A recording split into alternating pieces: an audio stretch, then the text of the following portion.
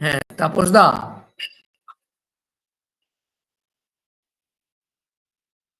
Hello, Tapas দা।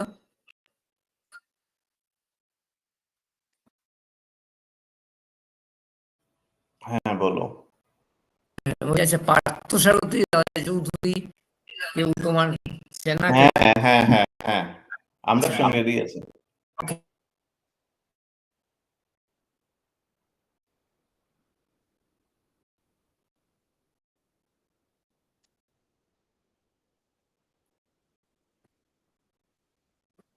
Just সিকিউরিটির জন্য একটু ইয়েগুলো ভেরিফাই করে করে তারপর ইয়ে নেবে।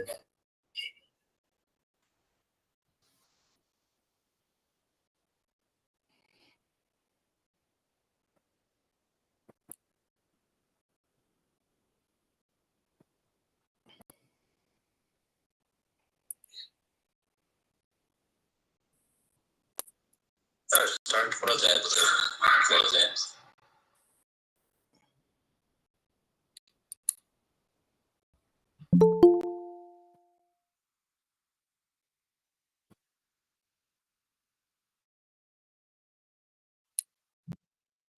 হ্যালো,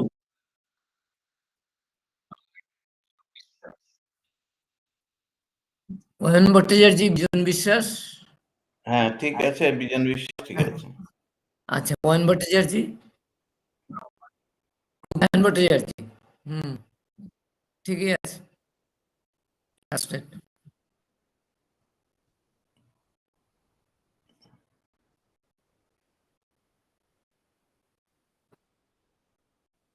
তুষারবাবু আজকে শিলচর আসছেন অ্যাকচুয়ালি গুয়াহাটি থেকে। আজকে উনি attend করতে পারবেন না জানি।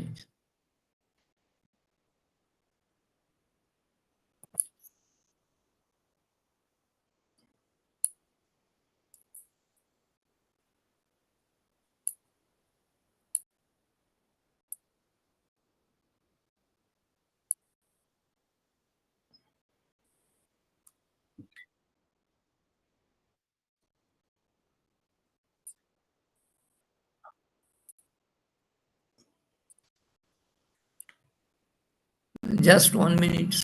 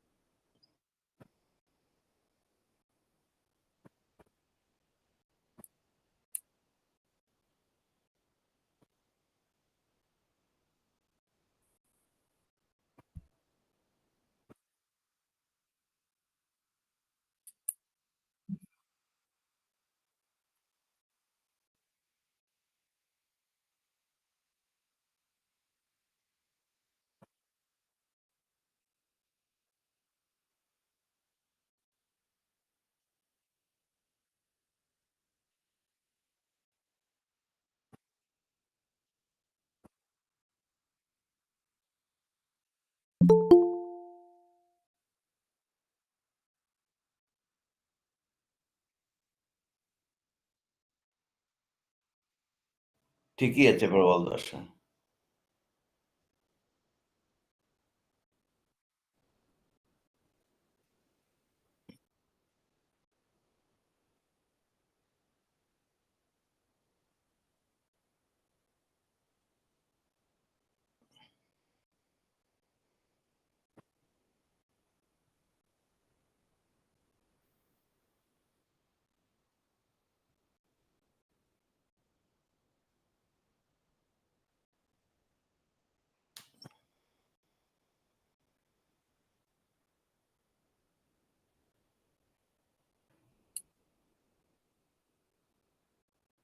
Yes, you can start.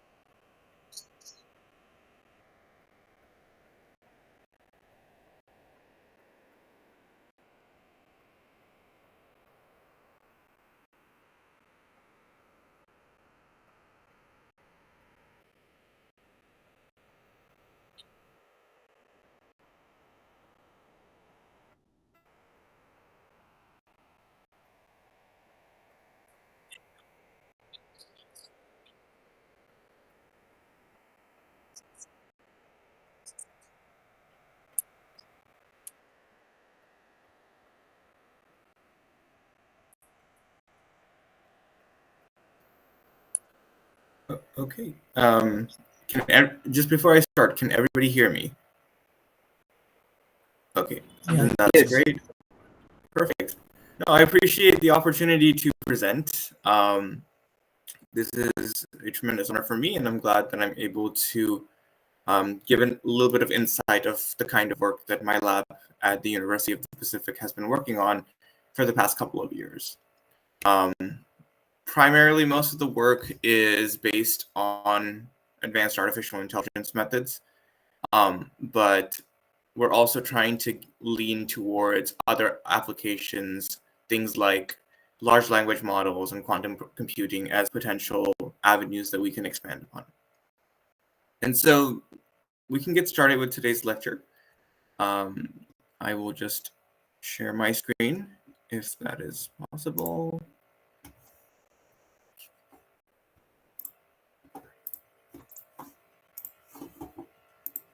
Just a bit of confirmation that you guys can see my slides. Yes. Perfect. But you have to make it a bit bigger. Yeah, okay. Is that better? Okay, perfect. Yeah. Okay. So let's get started. So let's first define what a cyber-physical system is. In this day and age, a cyber-physical system basically are engineered systems that have both a computer side and a physical side, right? And typically what we want to do is we want to embed computation or computational intelligence into these, from the computer side to the physical side, to make the machines very much capable of making their own decisions, adapting to change, even optimizing performance in multiple ways. In fact, cyber-physical systems are pretty massive components of the global economy, and in 2024 was worth $124.1 billion. Some examples of cyber-physical systems that you may be aware of are things like autonomous cars, the global power grid, or what we call the smart grid, even smart agricultural systems, things like multi-agent robots. And also, even in this day and age, we talk about Industry IoT 4.0 going towards Industry IoT 5.0, like smart manufacturing. Now, with the rise of all these interesting and innovative new design paradigms and also interdisciplinary developments, we have a problem. Because the world has found out that when we make something innovative, us human beings can't just let it be. And so we must try our best to break them. And in fact, when we try to break them, we do a pretty good job of it, because these are some of the more high-profile cyber attacks that have been recently discussed in the news, in media. Things like attacks on the Ukrainian grid, attacks on the Colonial Pipeline cyber system, how there was a cyber attack on Iran's nuclear program called Stuxnet. That's a very important case study that we talk about. In Saudi Arabia, in Germany, it's happening all over the place.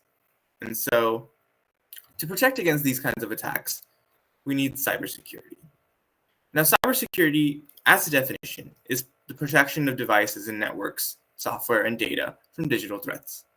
And they aim to reduce the risks including things like accessing, changing, or destroying sensitive information that somebody should not be able to do, extorting money from users, and disrupting business operations. Now, within cyber-physical systems, cybersecurity is critical because a lot of the cyber-physical systems that we talk about, like the power grid, they are what we call a critical infrastructure. That means any kind of disruption to them can actually they actually can make public and national security a huge issue. So this is where, for the last couple of years, we've been trying to implement the usage of AI and machine learning. And a bit of a definition here. Artificial intelligence includes any kind of technology that enables computers to understand, analyze data, to do things like translate spoken and written languages, make recommendations, and more. Now, machine learning is one subset of artificial intelligence that uses algorithms and statistical models to teach computers to learn and improve from experience without giving them explicitly direct instructions. Typically, there are three kinds of ML models that we talk about. One is what we call a supervised learning, which is where we give model examples to learn, and they learn from it. So it's kind of like how you teach a child that this is a cat and this is a dog, and you point to the cat and you point to the dog, and over time, as the child develops mentally, they learn that these are what makes a cat and these are things that make a dog. Unsupervised learning would be things like you don't tell them that it's a cat or a dog, but they make the distinction by looking at the animal that there is a difference between them. Reinforcement learning is the third one, where this is more done in the fields of robotics, but it has also been done in cybersecurity, where you have an agent, and if the agent takes a good step, then you give them a reward. And if they take a bad step, then you take away the reward, kind of like the very old Pavlovian dog reinforcement kind of like technique. It's based on that. So there are multiple applications of machine learning and artificial intelligence in the world. The ones we're interested in are the ones we can use for cybersecurity situations. Traditional cybersecurity mechanisms, before the rise of AI and ML, have involved like the manual assessment of system data to make decisions regarding the possibility of an attack.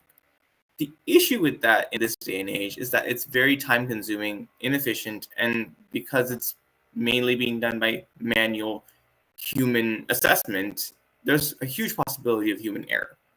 However, by integrating AI and machine learning in cybersecurity, those decisions can be made autonomously because of the vast amount of data that we generate on a day-to-day basis. Within the realm of cyber-physical systems, this incorporation is critical to protect against next generation or tomorrow's cyber threats. Now, there are two primary areas of research that specifically my lab is also focusing on right now within the domain of AI and cybersecurity. One is AI for cybersecurity, and the second one, what we call, is cybersecurity for AI. And we'll discuss both of them in a little bit of time. Now, first, let's give you a little bit of an example or a little bit of an introduction to AI for cybersecurity. AI for cybersecurity, in a nutshell, kind of what it means is the usage of AI to analyze threat data and turn it into clear and actionable insights that security professionals can use for further investigation, responses, and reporting. And if a cyber attack meets a certain criteria defined by the security team, AI can automate the response and isolate the affected assets. One of the main domains we've been using it has been in terms of phishing. So I'll give you guys like 10, 15 seconds. And if you are unfamiliar with phishing, phishing is one of the primary methods of that cyber criminals use to infiltrate cyber physical systems and systems like IoT.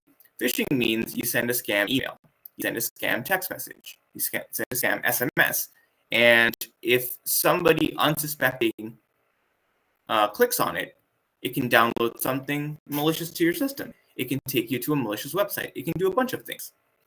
And phishing is a very prevalent situation because it's actually pretty simple to implement. So I'll give you guys about 10 seconds to look at this email that I have right here. And looking at this email, decide if it's a phishing email or if it's not a phishing email.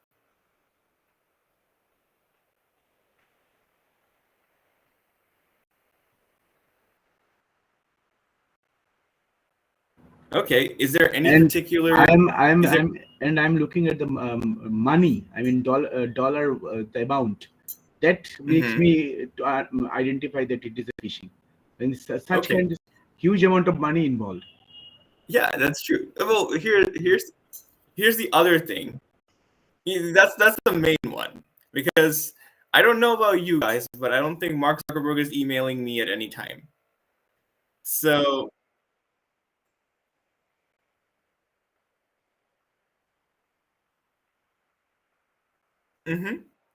Absolutely. No. And so this is correct. This is absolutely correct. In fact, yes, it is a phishing email.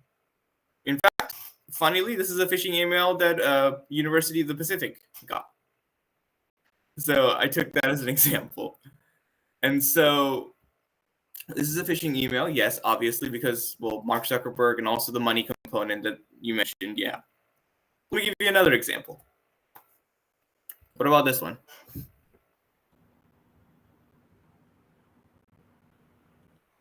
Yeah, the problem with this click here to review your account now. It's clicking Well, that click Yeah. that is fishy. that is.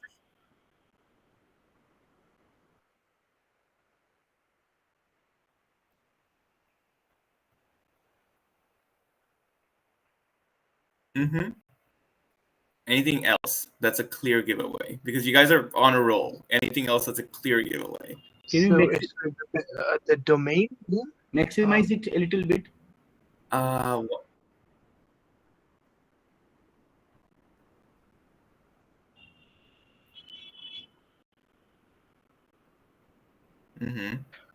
But there's one other thing in this picture that's like a little bit like, if you look at it, you'll understand it right away. I think it's the domain name, Pentagon Security Perfect. Guard. Yeah. Perfect. Yeah. American Express is not going to send you something with that. Or whatever. If this is your bank, I don't think a bank is going to send you something that doesn't look like a bank's email. So these are two classical examples of ways you can know that something is phishing. Let's look at a third example. Does this look like phishing?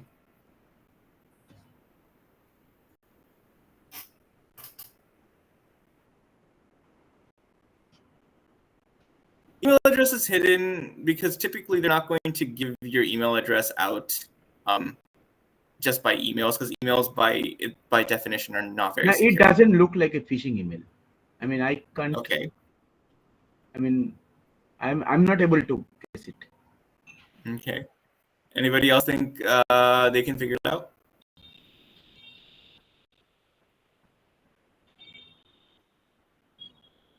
Because a toll-free number is given, so it looks like it's not a phishing. I mean,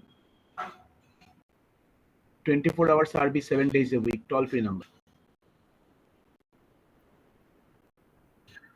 If it's a phishing email, then I'll get trapped.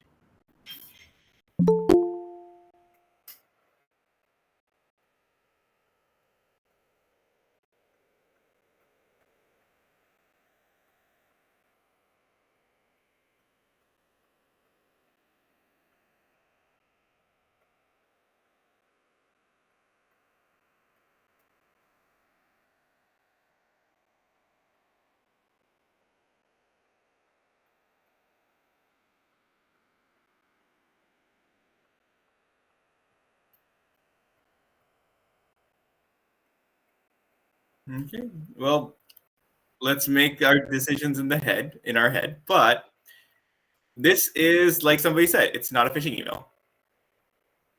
It's not a phishing email. This is actually from the bank. The question here is, whenever we get an email, do we actually spend 1 or 2 minutes trying to look at it to understand if it's phishing or not? We usually don't have that much time. We don't. And so for somebody who's not paying attention, it actually becomes pretty easy to catch them off guard. And it's not just emails. Let's give you another example. These are 2 login screens of Facebook. One is real, one is fake. Can you tell the difference between the real and the fake?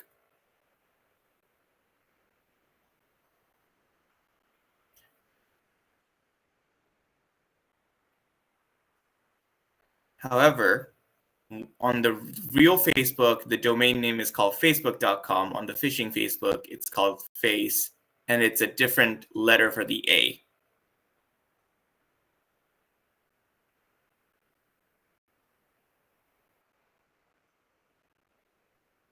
Where is it? Well, it's not showing up necessarily on the pictures, but basically the way they implement it is it's Facebook and then Facebook. Both of them look same. They look the same, yeah. It's very, very minuscule. Very minuscule. Actually, we couldn't identify the difference. Facebook and the issue is that typically things like this, you're not going to be able to identify with the naked eye unless you're looking very close at it. Where lies the difference?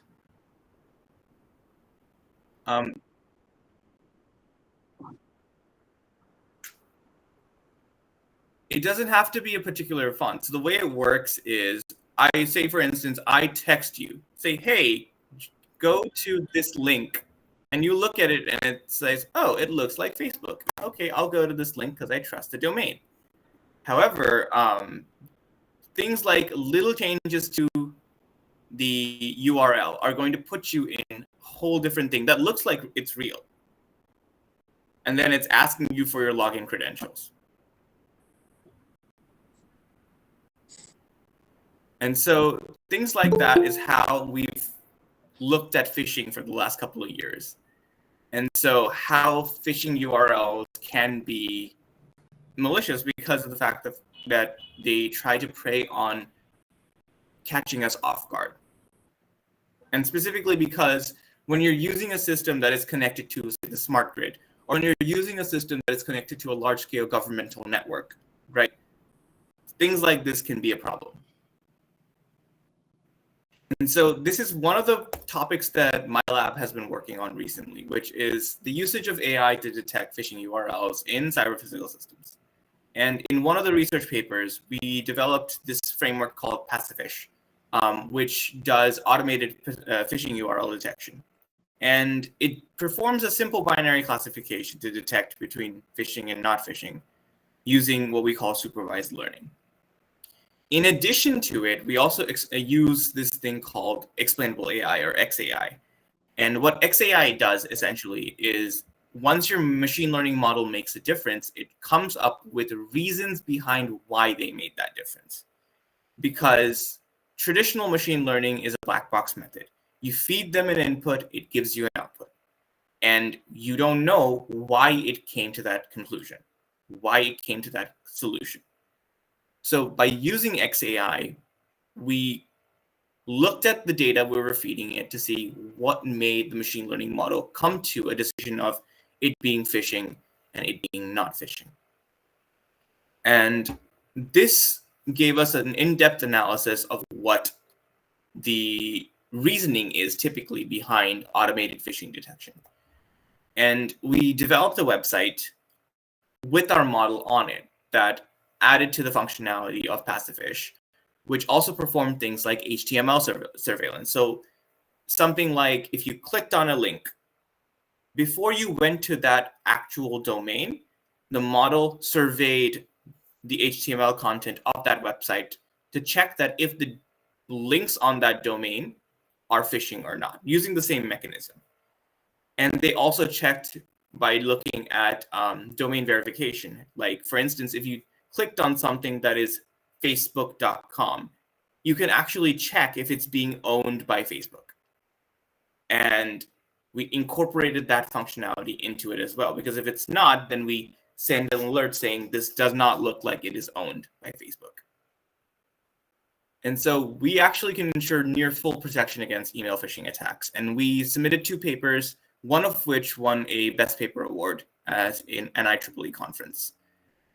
And so this is one of the main research areas that we're working on. In the last couple of weeks, we've been trying to expand this towards large language models like ChatGPT in order to see if we can detect if phishing emails generated from ChatGPT can be incorporated into this as well. Another area of research that I'm also investigating right now is car theft. So because we're working on autonomous vehicles and intelligent vehicles, we're using AI to see if we can detect vehicular thefts.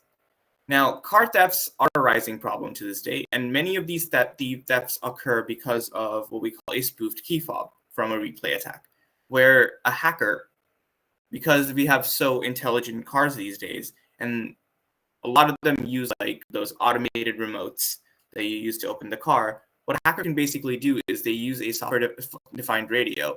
They sit near your car, and when you click that button to unlock the car remotely, they capture that signal. And then when you leave the car, they can actually go in front of the car, play that signal, replay that signal, and unlock the car. And this is an issue because traditional car security mechanisms like car alarms or wheel locks, they can't protect against a spoofed signal. So what we wanted to do was we wanted to investigate the usage of behavior-based kinematic metrics to develop AI algorithms that can create individual signatures of each authorized driver of a car. And so the kinematics basically meant that we wanted to use behavior-based sensors from acceleration, gyroscopes, gravity sensors, odometers to see how different driving patterns can register and if an AI model can differentiate between them, because we have different ways of driving, all of us. Like, we may be a little too hard on the acceleration. We may be a little too hard on the brakes sometimes. We may take turns really fast. We may slow down really fast. We may speed up really fast. We may do a bunch of different things that differentiate our driving patterns from one person to the other person, even in the same vehicle. And so we wanted to see in this research is if it's possible to create individual driving signatures. And so we used our cell phone sensors to perform what we call data collection across multiple users on two different driving scenarios. One was a single vehicle, multiple drivers, so multiple drivers in one single vehicle, which is kind of similar to like a family vehicle. Say a family has one car but multiple drivers. Can the same car, can a machine learning model be able to register different driving patterns on the same vehicle? And also multi-vehicle, multi-driver, if every person had their own, would it be possible to potentially have different driving patterns? Because a person might be more comfortable driving their own car versus somebody else's car. Would that register? So we performed user studies and we had individuals drive around specific courses and we collected data on it. Once we collected our data, we trained a machine learning model to differentiate between these two scenarios. And results indicated that using machine learning can help differentiate between users in both the single vehicle, multiple driver and the multiple vehicle, multiple driver scenarios. And now, based on these promising introductory results, we're going to use these to develop new algorithms that can detect unauthorized vehicle accesses by replay attacks. So this was kind of like an initial study. And now we're going to expand this research onto developing replay attacks or unauthorized vehicle access by replay attacks. A third project that my lab is currently working on is related to another cyber-physical system, which is the smart grid. In smart grid systems, we have things like system anomalies that can happen from a bunch of different reasons. But the two primary reasons why we have anomalous data points include things like cyber attacks and system faults. And the unfortunate thing with today's smart grid is that when both situations happen, the system can't detect if it was caused by an attack or if it was caused by a malfunction or a fault.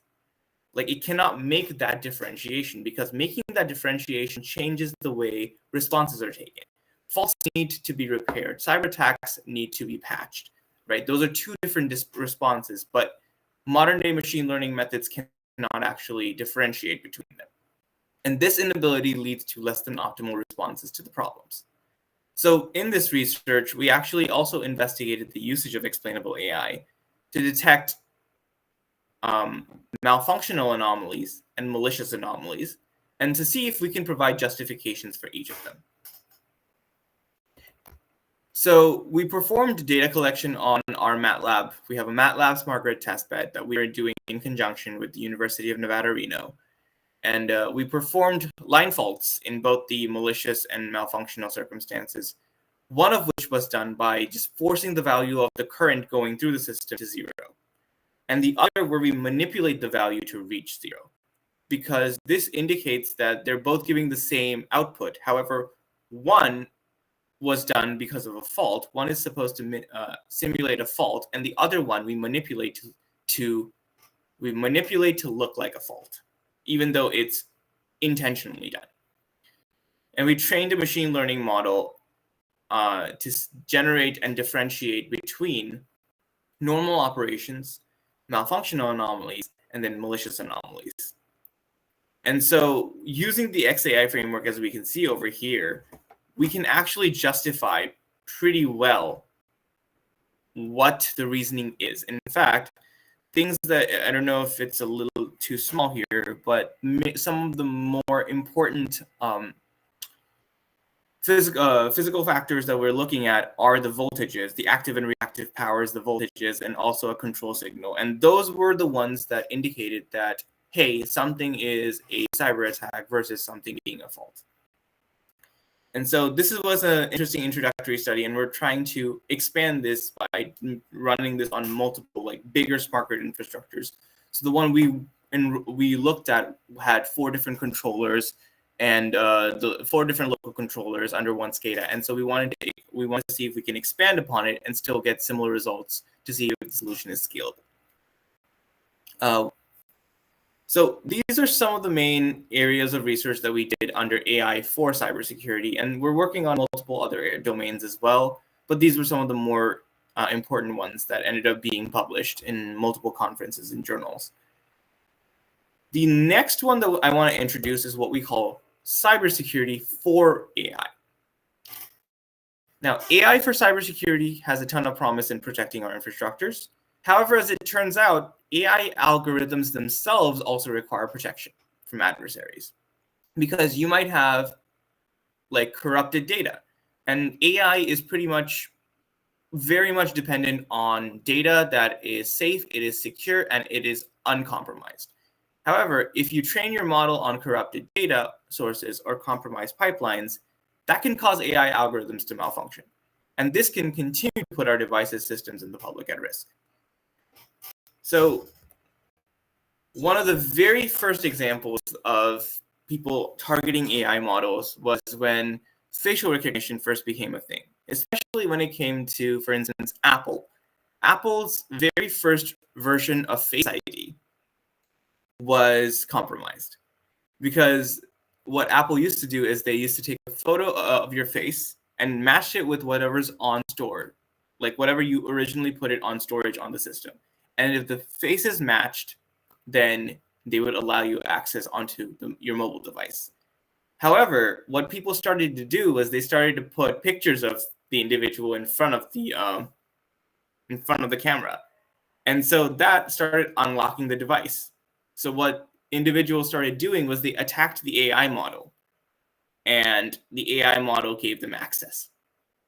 Now, Apple has since patched that, and now it's a lot harder to do so, but this was one example of how AI models were getting attacked. Another common one that we see in this day and age is the rise of deepfakes. Deepfakes are typically done through a machine learning method called a generative adversarial network, where you create realistic looking but very much fake data points that look very realistic. You might see pictures of politicians or videos of politicians making statements that they in fact did not actually make, and that was made through deepfakes. An example of this one is, say for instance, you have an application that requires a selfie verification for any kind of authentication system for a user. Right? If you have to get onto your account, you need to take a selfie, and the system authenticates you. However, by using deepfakes, you can actually bypass that. On the right-hand side is the actual person. On the left-hand side is who they're trying to mimic. And it looks pretty realistic.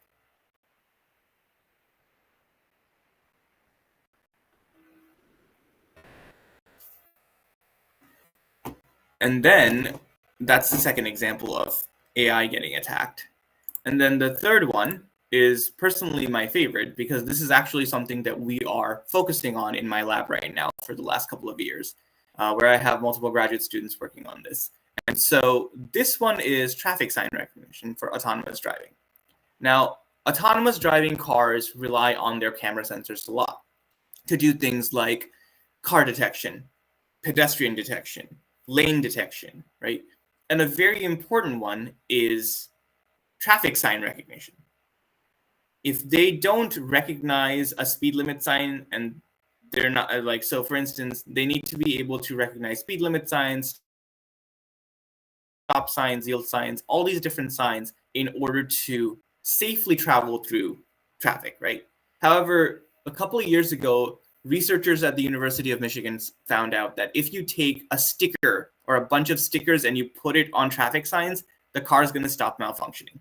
And it's not going to be able to recognize the traffic signs unless you are very, very close, at which time you might not have the appropriate time to take the necessary action. And that can put public pedestrians and drivers at risk. So this is an example of, they put a bunch of like stickers on a stop sign. And as you can see, the camera model that's supposed to be identifying these on an autonomous vehicle is not able to pick up that stop sign very effectively. Like, it's able to do it a little bit, but not with high confidence, like 0.7, 0.6. It's a little bit harder to see in the outdoor scenario because there's so many moving parts. But once we go indoors, it'll be a bit more evident.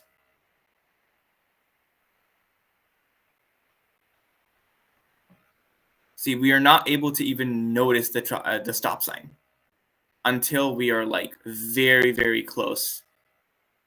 Or even when we're very, very close, we're not able to recognize it until we're absolutely in front of it. And the issue with this is if a car, for instance, for taking the stop sign, for example, if a vehicle is not able to detect that it is a stop sign, it's not going to stop at an intersection. And that can put public pedestrians and drivers at risk. These are kinds of attacks that we like to call adversarial attacks. Adversarial attacks typically are attacks that focus to compromise machine learning models, especially the ones that are trained. And so going off of that, this previous video showcases the indication of an adversarial attack. And in this scenario, cybercriminals introduce malicious modifications to make machine learning models malfunction.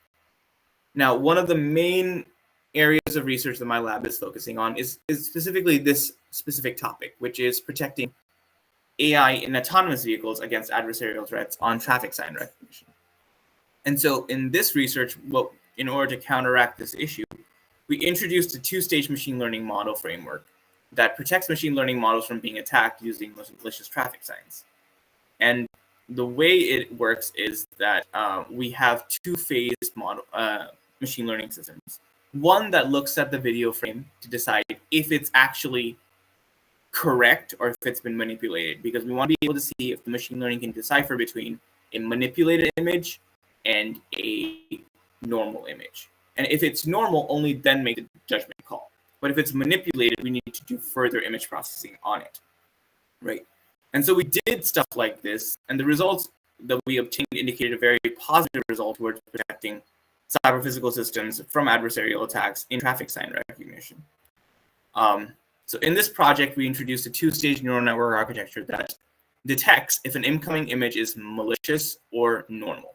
And if it has, it removes it from the pool. However, if it's not, it moves the image to the second neural network model for classification. And the results that we achieved indicated that employing this two-stage model reduces the deterioration that machine learning models face from adversarial situations. The methodology also provided efficient macro and weighted average performance scores. And the important thing is that this is an introductory work that showcases interesting results. However, we're trying to make it so that even if it was detected as manipulated, can we restore the image in such a way that can be used by the model further down the pipeline? And right now we're coming up with scenarios to do that, and also we're running experiments on top of this as well. And so this was a recently submitted paper. We're still awaiting reviews on it, but it showcased very interesting, promising results. And so we're trying to work on this further. Another area of where adversarial attacks can be implemented is through vandalism. So for instance, a lot of people in this day and age are very averse to the new trending technologies like autonomous cars, right? And also recent tension and fear have resulted in a lot of these systems falling victim to vandalism, because a lot of people, especially in some of the places that have these vehicles, if people are afraid of them, they've been spray painting them on their cameras and making them malfunction. And this spray paint on the cameras actually reduces the autonomous vehicle's ability to perceive their environment, and they put driver, pedestrian, and passenger lives at risk.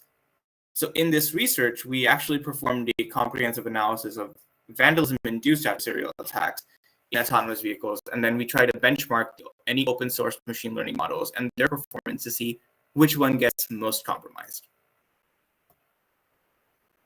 So the main contributions of this work include analyzing the performance degradation of autonomous vehicle object detection models under what we call occlusions. Occlusions is where you cannot completely see objects through your camera's field of vision.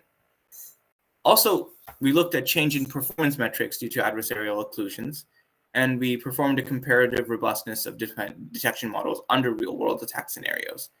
And we just wanted to see what kind of vandalism-induced attack caused what kind of havoc on open source models. And we looked at 3 different models. As we can clearly see, like some of the different kinds of models have different outcomes, but a lot of them are trajecting downwards whenever the occlusion percentage of the camera field is going up. This is still a work in progress, and we're trying to submit this to a journal potentially by the end of the semester. And so it's still a work in progress, but the introductory results seem very interesting. Another area, because I also work in smart grid, is the impact of adversarial examples against Byzantine attacks. Byzantine attacks attack a type of advanced machine learning model that we call a federated learning system, where we have a bunch of different clients and they all have their own individual models, but we combine the clients into one model so that we have a global model that is basically being used by all the clients. However, if one of these small clients is poisoned, that poisons, in essence, the entire global model and therefore the entirety of the smart grid.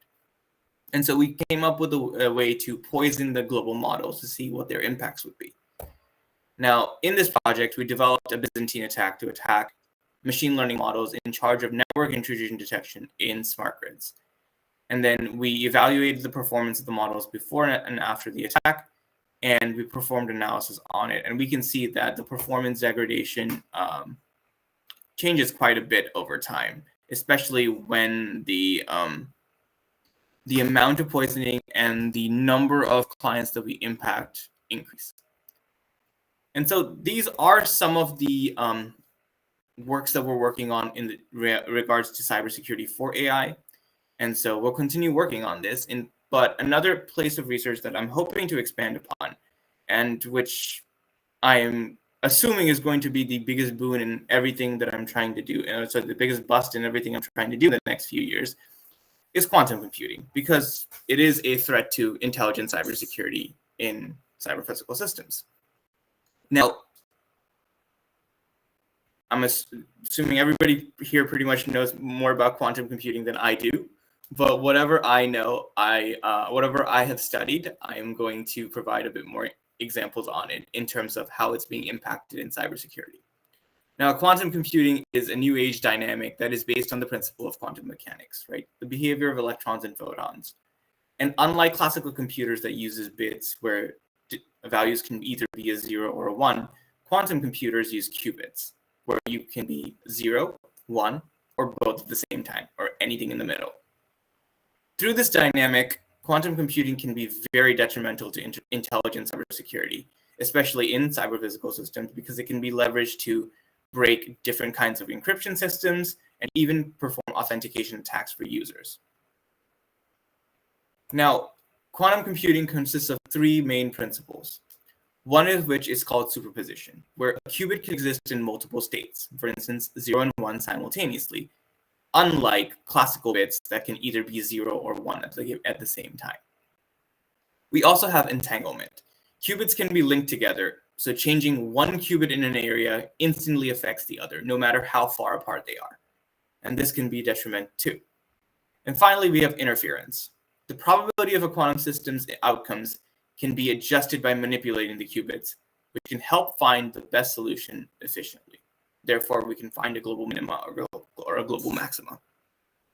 And this is where we have these principles is where we are starting to see issues in traditional computer systems in security and privacy. One of which is asymmetric encryption. Asymmetric encryption algorithms in cyber-physical systems include RSA and ECC. These are very popular ones. And they're used a lot by our global financial systems. Actually, our banks use RSA to do encryption on our data. Now, typically, RSA and ECC worked really well because classical computers are very much not good at factoring very large prime numbers. They have a hard time being able to factor large prime numbers, and which is where they're able to get these encryption keys, which are very, very large prime numbers. However, by leveraging superposition and entanglement, quantum computers have leveraged Shor's algorithm to factor these prime numbers in record time. In fact, a researcher in 2022 showed us that when the number of digits to encrypt increases, which is over here, the number of digits we're trying to encrypt, a classical computer can break it in exponential time over here. So the more number of digits you have to encrypt, it takes a much, much longer time. In fact, it's reaching exponential.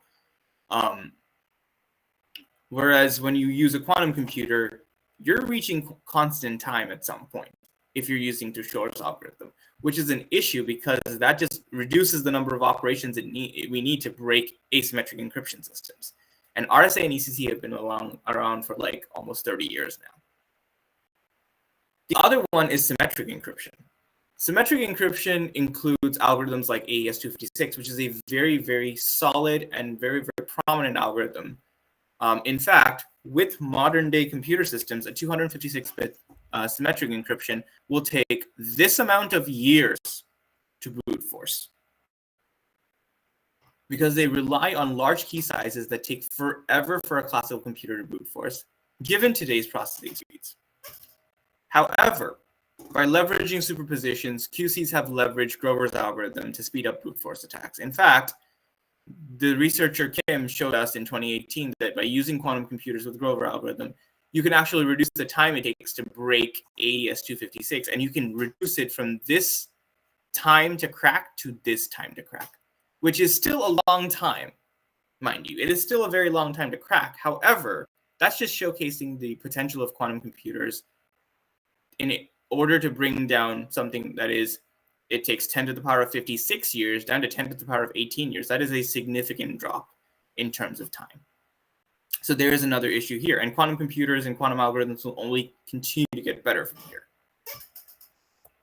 The last one is password authentication. Many login systems rely on cryptographic hash functions to store user passwords, like SHA-256. It's a very, very popular one that we use this day and age. Now, these hash functions are designed to enhance authentication security because they're only valid for a single session or transaction. However, by leveraging quantum-enabled dictionary attacks, these are also being compromised. In fact, a cybersecurity corporation called HawkCS focused on password authentication and identity protection published a report recently on passwords against quantum computing. In fact, this is how long it would take to crack a password using traditional computers in this day and age, given the number of characters and the kind of passwords. Are they numbers only, lowercase, upper and lowercase, uppers, lower and number cases, all of that. And this is the time estimate it would take to crack with the quantum computings, assuming they're doing dictionary attacks with quantum computing. In fact, I'll give you an example. Look at when the number of characters is 8. When the number of characters is 8, and if you have a password that includes numbers, upper and lowercase letters and symbols, traditional computers would take 7 years to do so. With a quantum computer, you can leverage it and do it in 2 hours. And that is the scary part of like all the work we're doing this day and age, which is based on classical systems. And we really need to adapt ourselves and move on to it. But primarily, most of the threats are on the privacy side, on cryptography, on encryption, on hashing, right? And so pretty soon we'll have other issues too, where it goes into security. So realizing this threat, researchers are now involved in post-quantum cryptography research. And these are including things like quantum safe algorithms that are designed to be resistant to attacks from quantum computers, especially those that can break traditional methods like RSA and ECC. And also then the other big one, which is quantum resilient key exchange, because key exchanges are a big part of symmetric encryption. Basically, one big one is called Diffie-Hellman, which is a very common way of doing key exchanges in symmetric encryption. Now, they're also providing post-quantum cryptography methods to protect key exchange protocols like Diffie-Hellman from being broken by Shor's algorithm in the quantum era. Now, post-quantum cryptography is critical for ensuring cybersecurity in the future and protecting against the potential risks posed by quantum computing. And with that, I would like to thank everybody for their time today. Does anybody have any questions for me? Yes, I have one question. I am from Technomain Salt Lake Engineering College, Kolkata. First question is a very basic question. Is that you said that there are two types of domain you are working in. One is called the AI for cybersecurity, and another is cybersecurity for AI. My question is very simple. Mathematically and experimentally, which is more challenging research work, AI for cybersecurity or cybersecurity for AI? Cybersecurity for AI is more challenging, personally, because cybersecurity has been something that we've been looking at for the last 10, 15, 20 years. So a lot of the main issues have been kind of investigated. The usage of AI into cybersecurity essentially just automates the decisions we make. Now, cybersecurity for AI is the other issue, because AI has become it's becoming more mainstream now. You see AI everywhere. But the other issue is that you're seeing people try to compromise these AI systems, and we don't know a ton of information about it. We don't know how to protect against deepfakes. We don't know how to protect against audio and visuals. We don't know how to protect against somebody trying to mess with an autonomous vehicle. These ones we have no solutions to. And because of which we need to find the solutions. And another question is that as in the artificial intelligence and machine learning, there are three types of domain you have mentioned. One is called the supervised learning, unsupervised learning, and reinforcement learning. So you are actually trying to make the machine learn through these sort of learnings. Okay, so when you go for cybersecurity for AI research work, which particular area you focus on? You are